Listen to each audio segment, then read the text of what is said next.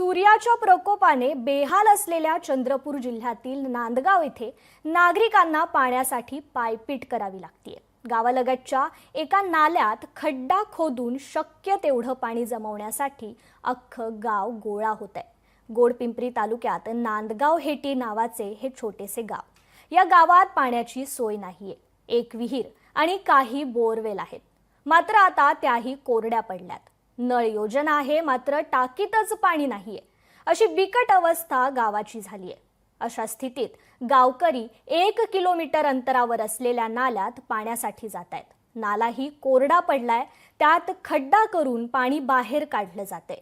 याच पाण्यावर हे गाव तहान भागवतंय। पहाटेपासून पाण्यासाठी सुरू होणारा संघर्ष दिवसभर सुरू असतो। अबालवृद्ध सारेच पाण्यासाठी हंडे घेऊन पायपीट करतायत। गावातील लोकांना घरकुले मंजूर झाली, पण पाणीच नसल्याने ते बांधकामही रखडलंय।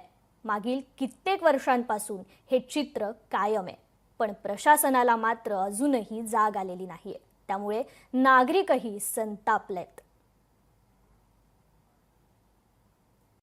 नाल्यामध्ये चुवा उपसून गड्डा आम्ही वाटीनं पाणी काढून आणतो। आम्हाला खूपच दुष्काळ आहे पाण्याची। प्यायला पाणी नाही, आता घरी वापरायला नाही, आंघोळ करायला नाही पाणी। आम्ही पाणी कोच वापरायचं। लोकशाही मराठी ऐका, पहा, जागरूक रहा।